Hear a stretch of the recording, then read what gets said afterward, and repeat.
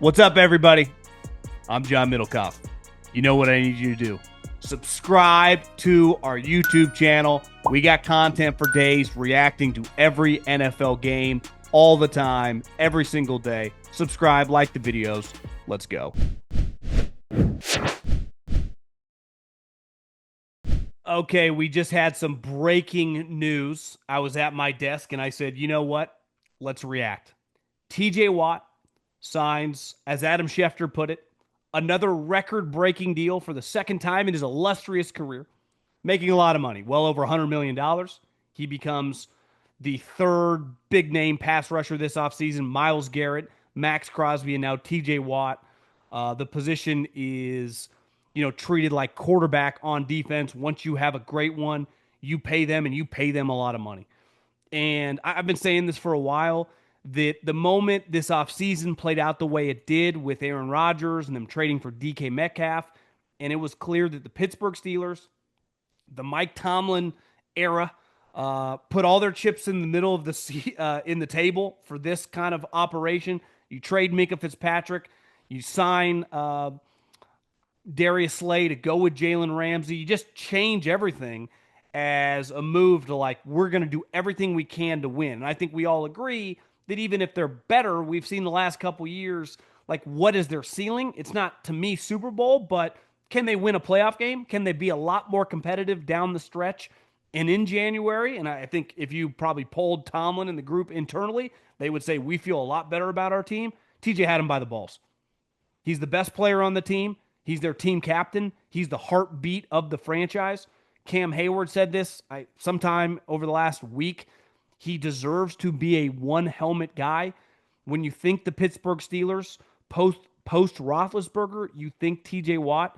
I think over the last 5 seasons, no player has more sacks. When he is, healthy and playing well, he is as good of a player in the NFL. And he's the type guy, he's the reason as a GM you want to hit on a draft pick. You want to get a guy that you extend, that you keep, and as long as he's playing at a high level, you continue to pay. And because of the position he plays, he now costs well over $100 million as his third contract. But I think once we saw Myles Garrett and Max Crosby, you had 2 options with TJ. You either give me a number that became this, well over $100 million in guarantees, and I know we love throwing away around, $40 million a year. That number never really means that much to me. How much am I getting guaranteed? Right? You can give me $40 million a year. If you guarantee me 30, who cares? Right? It's the guarantee, and it's going to be a shorter-term deal. I'm a little older, but it's going to be well over $100 million, and that's the number. So whether it lands on 110, whether it lands on 105, we know what the fucking ballpark is. And you got Aaron Rodgers, who's 41 years old. You trade for DK Metcalf, which I'm sorry, I didn't quite understand. Now, I think there are mixed opinions. I do trust Tomlin if he wants to short Micah Fitzpatrick.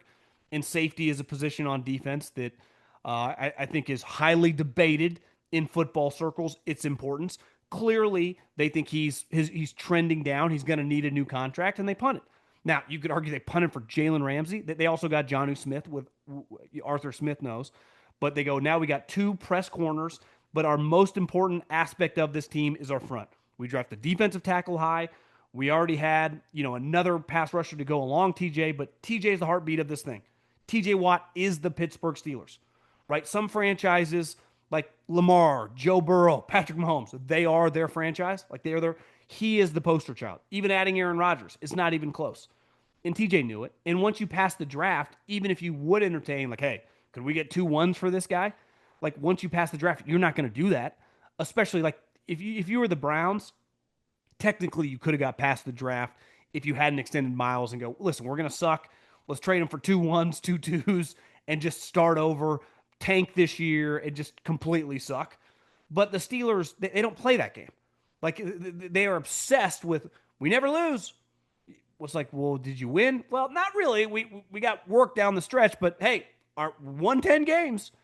And that means a lot to him, which I respect. Tanking is such a big part of sports now. I mean, so many basketball teams do it, baseball teams do it. Even in the NFL, the second half of the season, it's let's just kind of keep losing some games, right, to get a good draft pick. And listen, I understand it. But the Steelers don't play that game. And I think they showed their true colors when it came to this contract. They are pretty loyal when it comes to their defensive guys. When you think of the ethos and the culture for my entire life, going back before I was born, the Steelers are like a successful version of the Bears. Defense, defense, defense. And obviously Roethlisberger changed it for a little bit, but they have stayed competitive because of good defensive players post Roethlisberger. And I mean, last year their defense kind of fell apart as well, but I thought the quarterback experiment kind of blew up in their face. And listen, they're doing it again this year. But I think if you got Mike Tomlin over a cocktail, he'd say, I think our defense is going to be a lot better. I feel a lot more confident improving our cornerback position, even if Jalen is a player whose arrow is pointing down.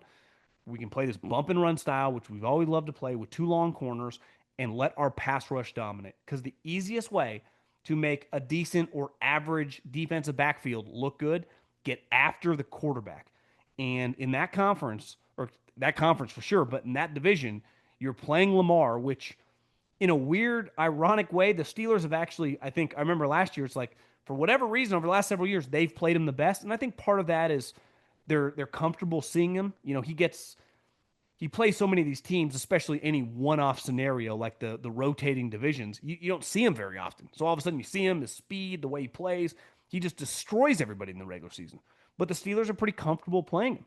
And obviously Joe Burrow, you got to get after him. And you weren't, we have seen a guy like TJ, uh, you know, I guess it was different because Khalil Mack it was his first contract, but Aaron Donald, the kind of those two guys held out, and John Gruden traded Khalil Mack. Now, there were financial ramifications there, but when you do something like that, it doesn't help you in the upcoming season. So even if they could have got a haul for him, if they weren't comfortable giving him this amount of money, you would have had to do that before the draft. And once they didn't, like we all knew the end result. It was just when's it going to get signed and what is the exact number going to be.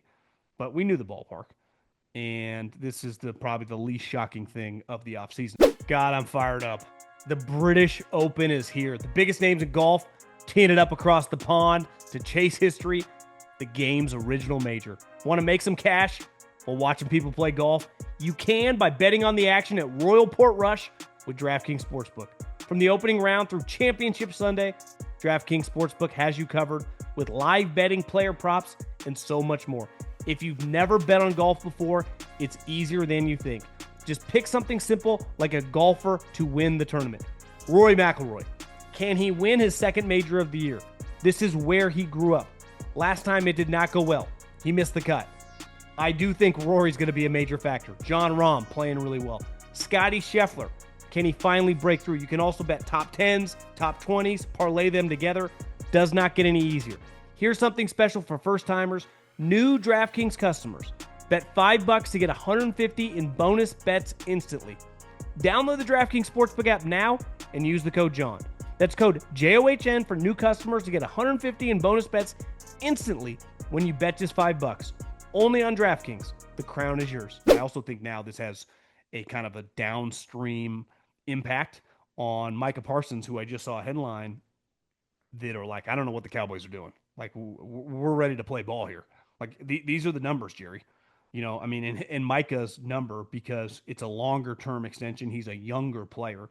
It's much more like Nick Bosa was a couple years ago, which I think the guaranteed money was 120. I bet Micah wants $140 million guaranteed. So it's like, Jerry, are you just going to wait and ultimately give him the amount of money which he is going to get?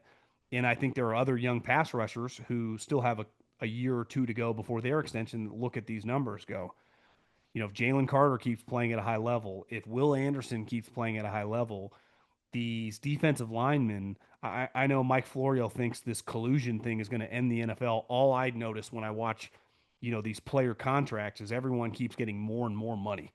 And it's never been a better time. Obviously, quarterbacks are paid like NBA stars.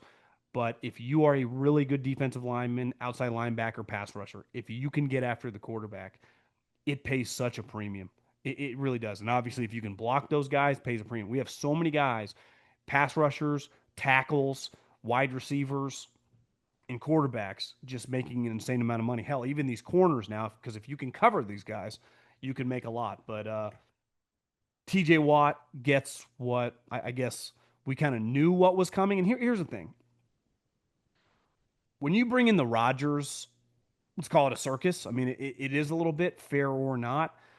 You didn't want a scenario where training camp starts at Latrobe, home of Arnold Palmer, and have TJ not there, doing a holdout, being a situation.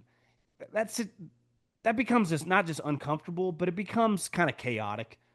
And with Rodgers missing basically the entire offseason, like you want training camp to be very focused, everyone on the same page, not just a chemistry building moment, but like I don't want circus. Like Jerry's like Micah Parsons probably ain't going to be there, right? I mean, the 49ers always have a holdout. Certain teams like just buckle up. You're going to have people just no show, right?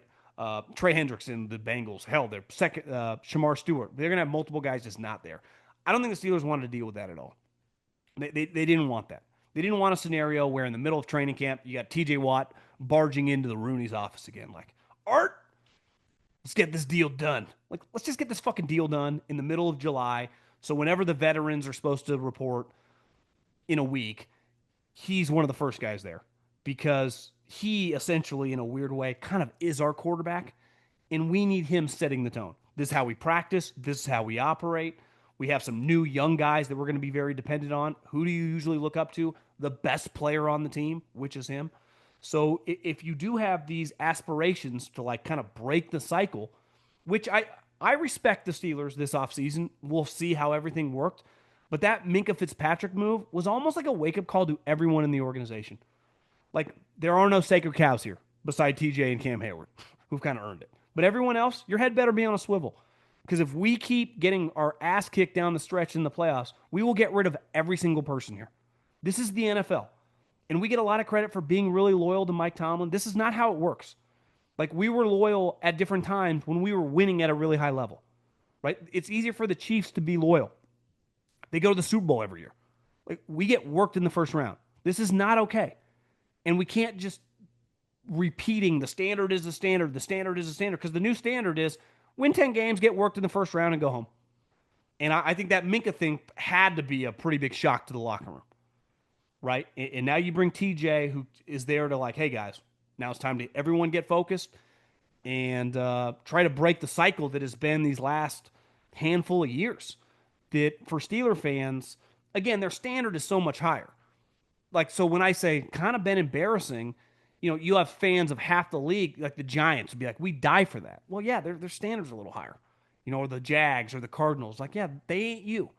They're one of the premium brands in this league who have been winning for 50 plus years.